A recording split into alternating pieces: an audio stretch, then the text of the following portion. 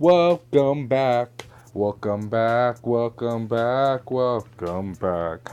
Anyways, most of you might be a little too young to know who Welcome Back Carter is or what that song was, so it just sounds like me singing horribly.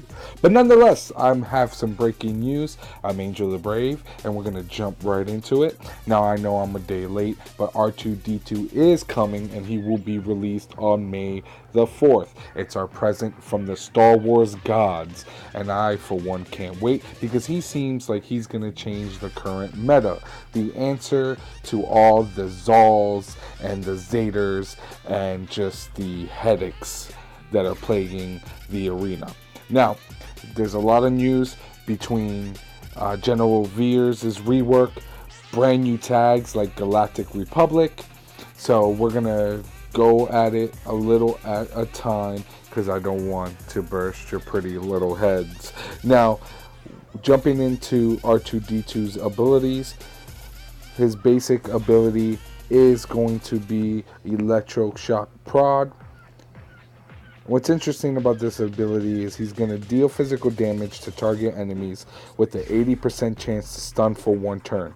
This attack deals 30% more damage to burning targets.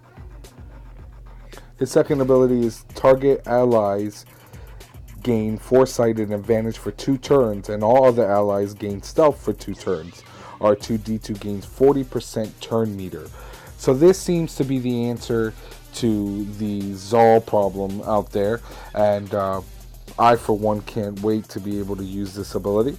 Now, Improvise at its highest level is to deal special damage to all enemies and inflict burning for 3 turns. This attack can't be evaded. Then we're going to go into his combat analysis. Now, with combat analysis, R2D2 is active and all allies gain 10% critical chance and 10% accuracy. While R2D2 is active, whenever a left side ally scores a critical hit, dispels all buffs on them.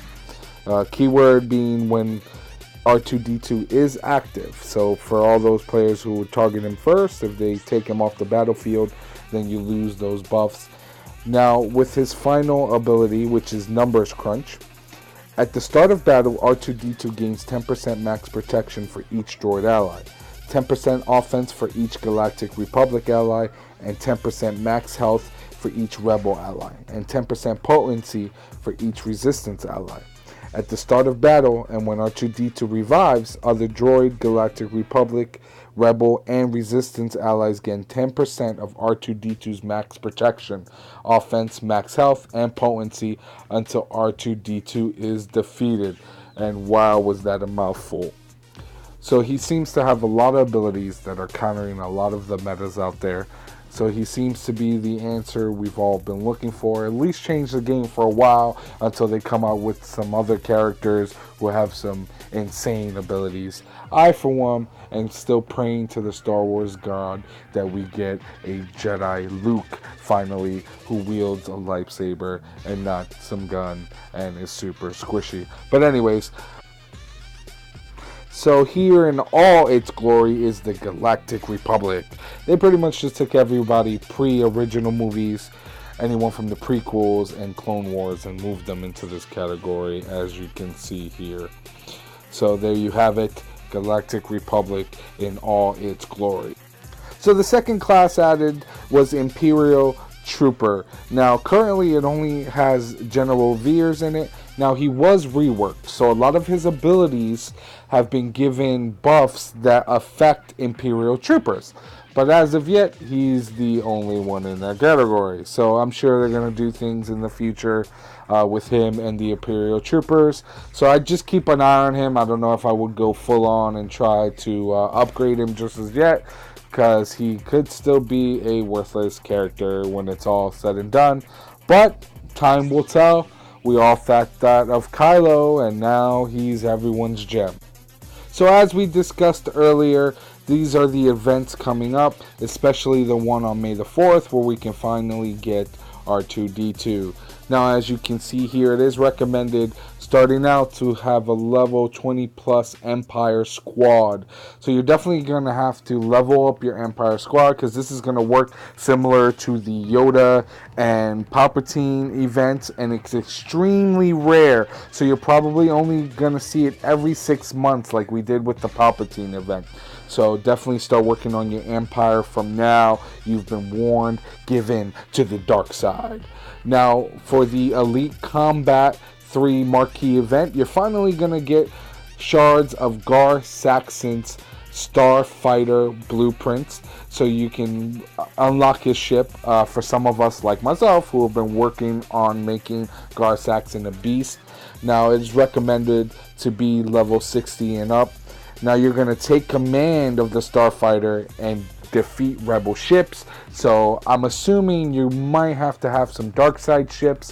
Hopefully you do, or you might be able to use a mix of both dark side and light side. We'll see when the event actually starts.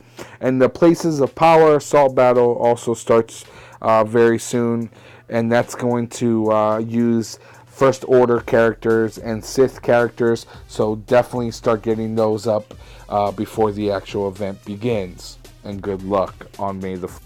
Now, my favorite part of the update that was overshadowed by that little droid R2D2 is that Darth Nihilius, Sith Assassin, and Sith Trooper have all now been added to the Shard Shop.